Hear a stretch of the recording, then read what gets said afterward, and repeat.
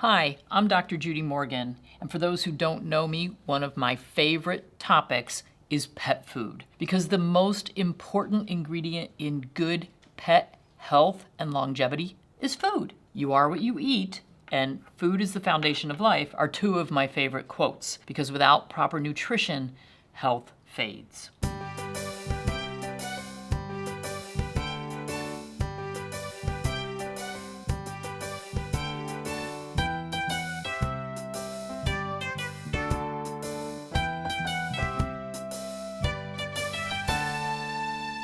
Today I want to talk about what to look for in dog and cat foods, because this is one of the most commonly asked questions on our platform.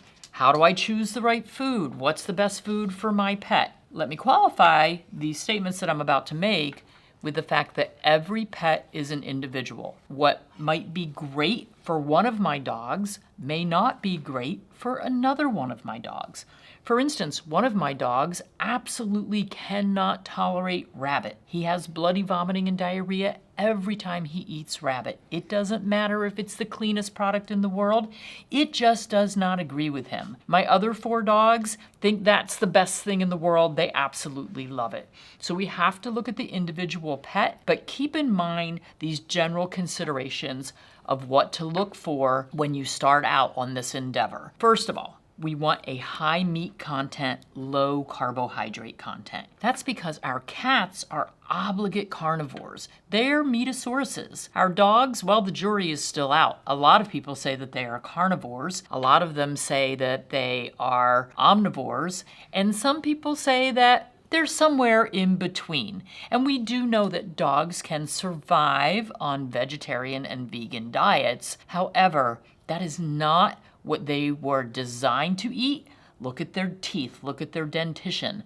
Their front teeth, their canines are for ripping and tearing, and then their teeth in the back are for chewing the bone. This is what they're meant to eat, and we want to give them what nature designed them to eat, and that is a high meat content diet. We can also learn a lot more in Dr. Connor Brady's course, What Do Dogs Eat? And that's available on Dr. Judy U. Look for high meat content when you're reading the ingredients on the label. The first ingredients should be meat or organs, and they should be named. It should say beef, beef heart, beef liver, beef kidney, or chicken, or sheep, or turkey, whatever protein it is that you're feeding. What we don't want to see is an unnamed meat source, like meat and bone meal or meat byproducts, because that could be any meat. And if you have a pet like mine who has a sensitivity to a certain protein and you don't know what proteins are in there, it's impossible to make a good decision.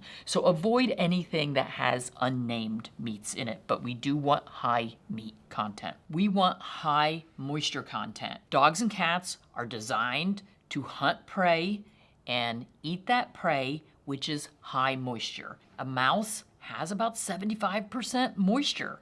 So that's what our animals are meant to eat. They are not meant to eat highly processed dried products that only have 6 to 8% moisture.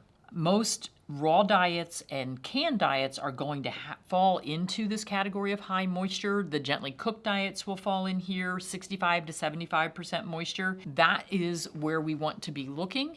A lot of the problems that we see, particularly in our cats, with crystals in the urine, sludge in the gallbladder, can be related to the fact that the diets do not have enough moisture in them. We need high moisture to constantly be flushing the kidneys and the bladder, keep those crystals from forming. Moisture is also needed for the food to be digested. So if there's not enough moisture in the food itself when they eat it, that moisture has to come from somewhere. So it comes from the cells in the body. The body draws the moisture into the digestive tract. Over time, this is really leading to a state of mild dehydration all the time.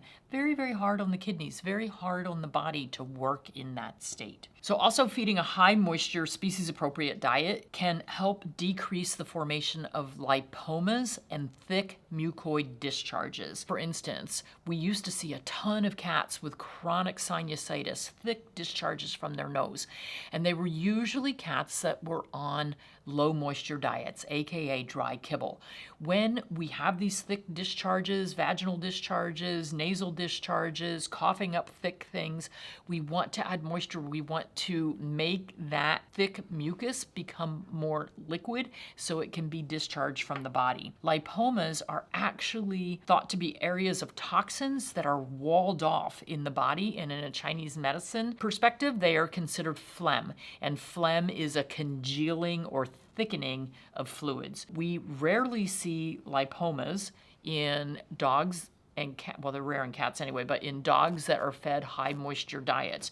We do see a ton of lipomas in older dogs who are fed low moisture diets, aka highly processed kibble. When I used to feed my dogs, I had Dobermans before I had the small dogs, and when I used to feed them kibble, they had tons of lipomas. One of my dogs had over 80 lipomas on his body by the time he was 10 years old, and that's because he was being fed a very low moisture diet. He also had a lot of toxins in his body because at that time I was vaccinating more than I needed to, and I was using chemicals that I didn't know that we had alternatives to. It's very, very important that we have high moisture in the diet. Most pets that are fed a dry diet, highly processed diet, are going to drink a lot. You'll be filling that water bowl quite often. When you switch to a high moisture food, I get these emails and notices on social media every day.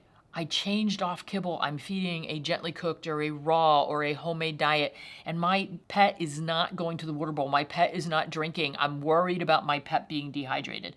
No, your pet is actually well hydrated now, and they don't need to constantly be adding more moisture. So you will notice a huge difference, and that's a good thing. It means their body is actually in a better state of hydration. If you are interested in learning how to get your kitty off kitty crack, we have a course for you on Dr. Judy U, Kick the Kibble, How to Feed Your Cat. You can learn how to transition your cat. Cats are creatures of habit, and so if you start them on kibble early in life, it becomes very, very difficult to get some of these cats to transition. My most stubborn, obstinate one took 6 months to get her off kibble because I didn't change her until she was about 10 years old because I didn't know any better. So it took a long time. My other cats, especially all the ones I have now, they were started off on raw diets. They are so easy to feed. They love it. They have never had urinary problems. They have never had digestive tract problems. They have beautiful coats. Their weights are perfect. It makes a huge difference. So next, high quality sourcing.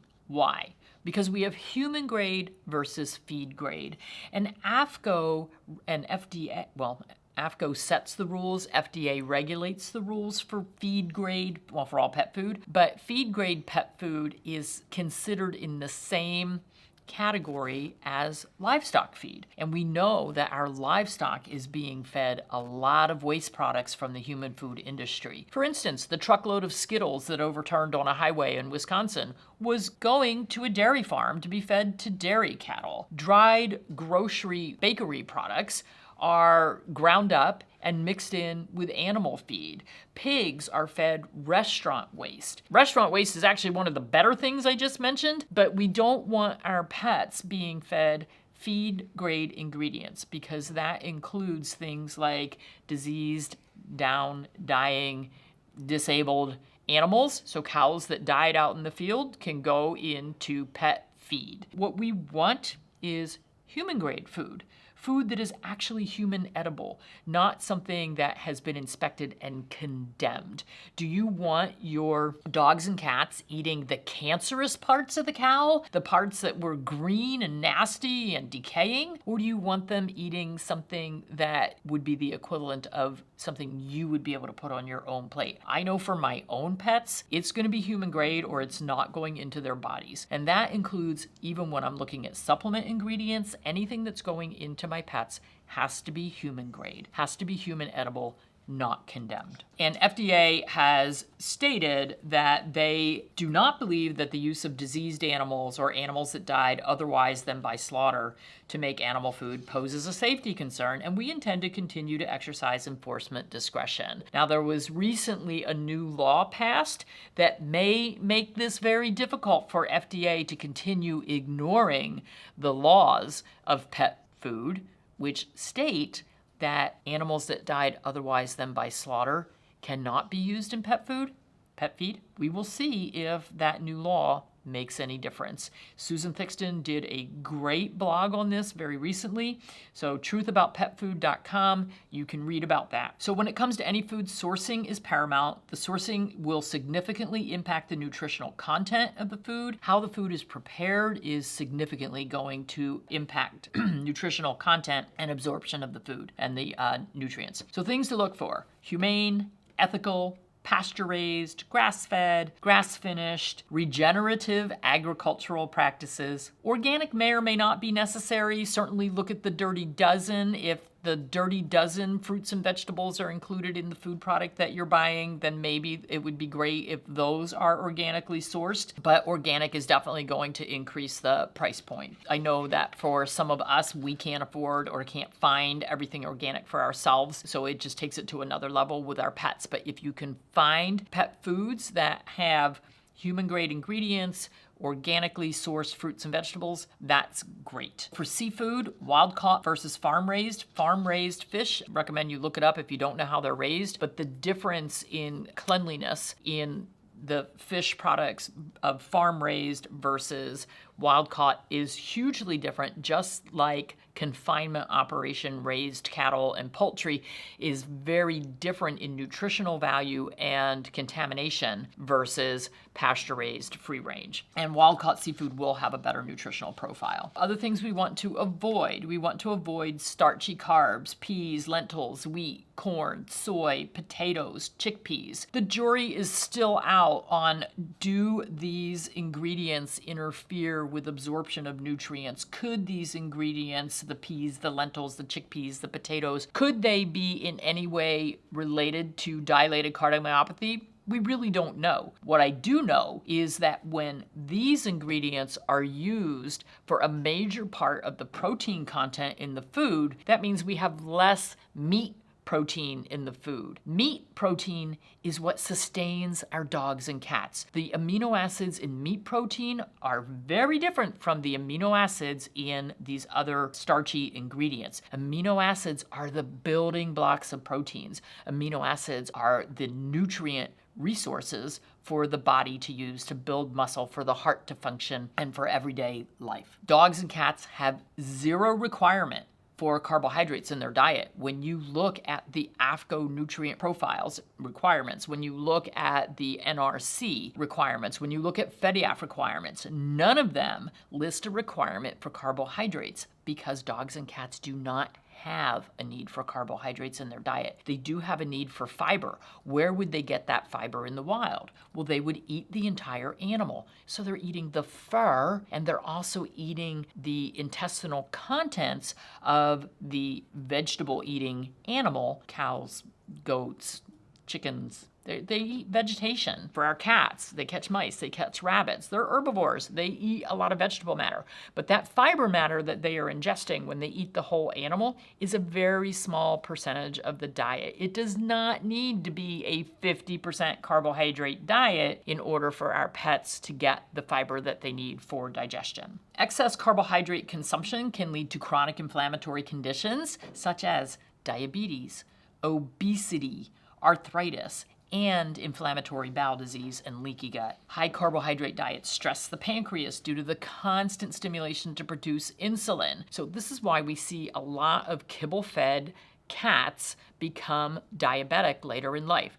They become obese, for one thing. When they eat that diet with the high carb, the carb breaks down to sugars. The pancreas says, oh my gosh, the blood sugar level just went up. I need to dump insulin. Then the blood sugar drops back down, and the cat says, wow, I'm feeling a little hypoglycemic. I better go eat some more. And so we get these cats that are grazers, and they're back and forth to the food bowl. They're back and forth to the food bowl because their pancreas and their gut is telling them, hey, we've got this up and down train that we're riding all the time. If we get our cats off of that roller coaster, then we don't end up with obese diabetic cats, and we don't end up with pancreatitis and portal triad disease and all the other problems that we see on our cats that are eating an species inappropriate diet. Digestion of carbohydrates requires enzymes produced by the pancreas, and if an animal has deficiency of the enzymes, the carbohydrates ferment in the bowel, leading to bacterial overgrowth and inflammatory bowel disease. We see a lot of cases of SIBO, which is small intestinal bacterial overgrowth, and we don't see that in our animals that are not fed these high carb diets with anywhere near the intensity that we see it with these high carb diets. Pets eating high meat diets tend to make urine with a slightly lower pH, so 6 to 6.5. That's where we want it to be because that inhibits bacterial colonization in the bladder, so it decreases the chances of getting a urinary tract infection. Versus grain-based diets are more likely to make a high urine pH around 7.5. That allows the bacteria to grow more readily, so bacterial infections in the bladder are more common when we have these high carbohydrate diets and that chronically high urine pH. Some poor quality ingredients to avoid when you're reading the label. So I already talked about meat and bone meal because we don't know where that's coming from. It could be from anything. Animal digest, that is a rendered product from the big vat of animals that died otherwise than by slaughter, and they're cooked down into a soup, and then the animal fat is skimmed off the top. So that could be, notice it's called animal, we don't know who it came from, so that's the fat that's skimmed off the top. And if there are any contaminants such as euthanasia solution in that big vat of rendered animals, and believe me, it happens most of the time because the head of Darpro Rendering actually stated in his address to AFCO that it was almost impossible to have a rendered ingredient in a pet food that did not have any euthanasia solution in it. But take heart, it's okay according to FDA because it's just in a very tiny little amount. I'm sorry, but any amount of euthanasia solution in my pet's food, no. That is not something that they deserve to have in their bowl. Animal digest, animal fat, meat and bone meal, beef tallow, those are all things that we're getting out of this big vat. Generic fish meal. What fish? If your pet has a white fish allergy, how do you know what fish is in fish meal? It should say whitefish, anchovy, sardine, mackerel, salmon, whatever. It needs to be named. The same with fish oil.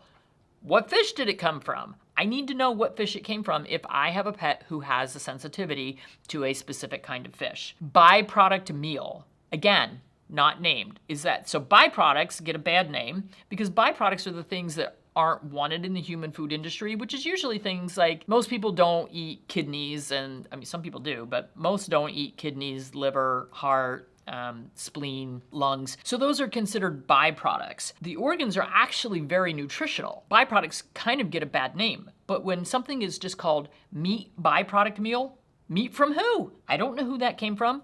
I don't know if that's a cow or a chicken or a pig or a dog or a cat. We don't want things that are unnamed. Dried egg product, also not a good thing. That's all the deformed, icky, disgusting, nasty eggs that are not suitable for human food. But we don't want dried egg product. It's not a high quality ingredient. So meat and poultry byproducts and meals. And again, a poultry byproduct, what poultry? Is it a duck, a turkey, a chicken, a quail, a pheasant? We want it to be named. But meat and poultry byproducts and meals can include the entire animal. So that includes the fur, the feather, and the feces. Even though in the AFCO guidelines in the book, it states that the meat and poultry going in has to be free of feathers, feces, and fur, it's not.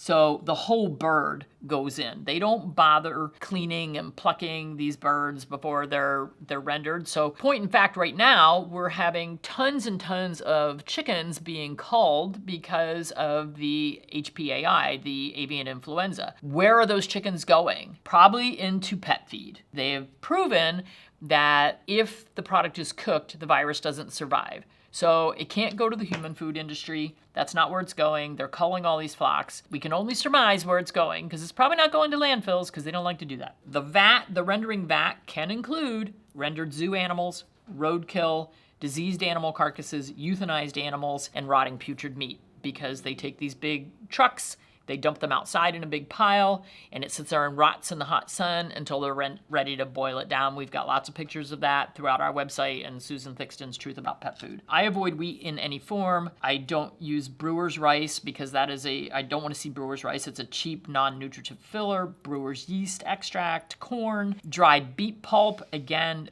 it's just a waste product from the human food industry. Rice hulls, that's just the outside of the rice that has no nutritive value. Ground psyllium husks, soy. I don't think our pets need to be eating soy. They're fillers, and they're used to increase the protein level in the food, but a lot of animals have intolerances to these grains and fillers. It's just not a good thing to be in their food. They have no need for it. The human food industry saying, hey, instead of dumping this stuff in a landfill and having to pay to have it hauled away, we can sell it to the pet feed industry and actually make money on our waste products. Perfect. Sugar and high fructose corn syrup can be added as a preservative and to improve taste, although our animals don't really have the taste of sweet like we do, but they have no place in pet food. The worst pet foods for high fructose corn syrup and sugar are the semi-moist products. For those of my age category, you'll remember the old Gaines burgers that look like a hamburger patty in a cellophane wrapper, but there are still these cellophane wrapped kind of spongy foods available, particularly in grocery stores and big box stores, but they're kind of spongy. They may look like a piece of cheese or a piece of bacon, something really yummy. However, when you read the ingredients, it's grains and sugars. There's no meat in there, there's no bacon in there, there's no filet mignon in there, there's nothing good in there. Those should be avoided at all costs, particularly if you have an obese or diabetic animal. Dyes. Dyes are added to color the food to make it more pleasing to the owner. Your dog and cat does not care if their food has green bits, orange bits, yellow bits, purple bits. Some of the dyes have been incriminated as causing cancer and ADHD in children. This is facts. There's no reason to have any kind of dye in the food. And frankly, if you wanted to have yellow bits and green bits, why not use things like spirulina and chlorella to get that bright green color, or turmeric to get that bright orangey yellow color? We could use natural ingredients, but they don't. They use dyes, which are carcinogenic and have no place in your pet's food. Binders, glutens, carrageenan, guar gum. We don't need them. Why? Gluten, glue. We don't need glue. It gums up the works. It is so inflammatory to the lining of the bowel. Wheat, corn, and rice gluten are used very commonly to, 1, elevate the protein content, 2, as a filler. Not needed. And I went to Kansas State University and took the course on how to formulate and make commercial pet food. And one of the things that we had to do was a lab where we designed and made and cooked canned foods. So we had a lot of different recipes that we were using. The ones that made a nice little loaf or had the nice big chunks with the real thick sauce all had some sort of gum in them. And those that didn't have the gum came out very soupy. And I said, well, the gums are horrible. All these binders, why do we want glue in the food? And the answer was because people don't like, I said, let them eat soup. And they said, people don't like soup because it's messy. And when the pet laps it from the bowl, it gets on the wall that they're standing next to or on the floor where they're eating. You know what? My kids can eat soup. They can eat in the middle of the floor, and I can put a pad down under them and they can make a mess. I don't care. I don't want glue in the food. But we don't want those additives. They're highly inflammatory. If we need a binder, and there is one pet food company that I can think of off the top of my head, porcine plasma. It's basically pig plasma, pig blood. It's a good binder. And it's very nutrient dense. Why wouldn't we use something like that instead? Montmorillonite clay can also be used. It's a pretty good detoxifier as well as a binder. So why don't we look for things that are more appropriate for our pets to be eating than highly inflammatory things like carrageenan. Preservatives, oh my gosh. We have known for years and years and years that preservatives such as ethoxyquin, glycerol monostearate, BHA, BHT, propylene glycol, these have been associated with cancers. Many of them have been outlawed in Europe, but oh boy, are they allowed here. Not only are they allowed in the pet feed, they are also allowed in a lot of the topical products that we use for flea and tick chemical treatment. Not good. Here, let me feed you some cancer-causing agent and let me put it on your body on top too. That's great. I've just given you cancer 2 ways. Maybe I can find 3 or 4 more ways to improve that outcome. These preservatives have been linked to cancers and illness in pets and people. Pet food manufacturers do not have to list ethoxyquin on the label if it was added to preserve meat or fish meal by another company before it arrived at the pet food plant. So particularly if there is fish meal in your pet feed that you are feeding, it probably was preserved with ethoxyquin. There's a really high chance, and it's not going to be on the label. Susan Thixton started becoming a pet food consumer advocate because her dog died of osteosarcoma, and her veterinarian said to her, well, it's probably due to the ethoxyquin used in the pet food as a preservative. And that started her on her life's journey. Keep that in mind, that the label doesn't always even have to be truthful, which is really scary. By the way, the same thing happens in the human food industry. It's sketchy. But a lot of these other preservatives that I mentioned have been outlawed in the human food industry, but they're still allowed in the pet food industry because, it's a dog, it's a cat. Yeah, I care. Synthetic vitamins and minerals. Well, we've seen so many recalls from problems with the vitamin mineral mix. Think of the huge recalls with excess vitamin D. Oops, somebody made a wrong calculation putting the vitamin D in the mix, and so many companies use the same mix, and so many of them had to have the recall. Most of these vitamin mineral mixes are imported from overseas, so no quality control on this end, and nobody tests it when it arrives to this country. It just gets started using. Excesses and deficiencies of vitamins and minerals can cause huge problems for our pets. Oh yeah, death. That's kind of a biggie. That excess vitamin D caused kidney failure and death for a lot of pets. Synthetic nutrients can behave very differently in the body than their natural counterparts. And the animal's body may look at these synthetic ingredients and say, wow, I don't recognize that. That's a foreign invader. Let me attack that. We get autoimmune disease, we get inflammatory bowel disease, we get leaky gut. A lot of these synthetic vitamins and minerals also lack cofactors. What the heck is that? A cofactor is a nutrient or chemical that frequently appears with certain vitamins and minerals in nature. So they play a vital role in helping the pet's body utilize and actually absorb the nutrient that we're supplying. Without the cofactors, the nutrients may not be absorbed, may not be usable, and may cause damage to the body. Think about copper storage disease and copper toxicity. We are seeing so much of that. Why? Because there are sometimes multiple forms of copper being added in that vitamin mineral mix. We don't know how they are absorbed. It hasn't been studied very well. There's no maximum amount of copper listed by AFCO. They give us a minimum, no maximum. While the minimum might be 7, some of these companies have 40 and 70 as their high numbers. Why do we have copper storage disease? Let me think about that for a minute. Big problem. So how are you going to recognize synthetic vitamins ingredients? They often sound like a chemical. Tons and tons of chemical sounding names. So you're reading the label, you go through, oh, it's got beef and it's got peas and it's got potatoes, and then all of a sudden you start seeing sodium bisulfite and copper sulfate and zinc oxide. You see all these different things. When you get to the chemical soup, you know you found the synthetic vitamins and minerals. A food that has no synthetic vitamins and minerals, you're not going to see that. So for instance, I have a label that they added organic vitamin E. Okay, vitamin E says what it is. Salmon oil, wild-caught Alaskan salmon oil, dried sea kelp, sea salt. We know what those are.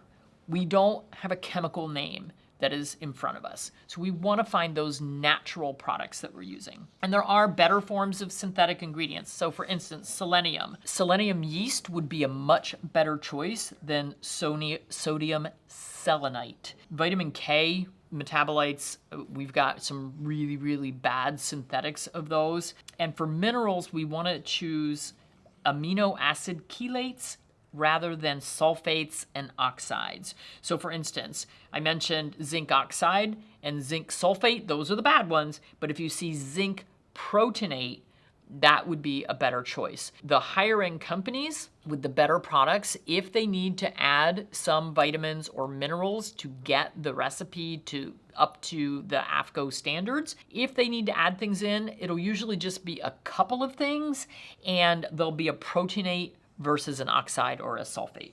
And we do have a blog on synthetic vitamins and minerals on drjudymorgan.com. So if you want to learn more about the different names, things to look for, things to avoid, that would be a good place to look. Ultra-processed kibble. Kibble is made by processing food at high heat, usually being in the different steps along the way. The ingredients have been cooked at high heat 4 or 5 times. The ingredients might have gone through a rendering process. Well, that's done at high heat. Then if it's to make the chemical soup, then if it's going to be made into a meal, it goes through a drying process. That's another heat step.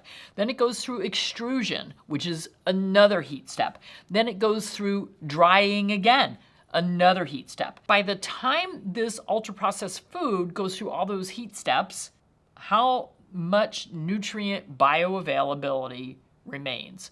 That's why they add the chemical soup of vitamins and minerals, because we just killed off everything that was there. Anything that was nutrient dense, like all those really good organ meats, well, they just got cooked to death. Everything just got killed. So then we have to add something back in. The problem is, if you're the formulator making that recipe, it creates a dilemma knowing exactly what the levels are and what the bioavailability is. They've got to add enough vitamin mineral in there to assure that we're reaching the minimum requirements, but without going over the maximums.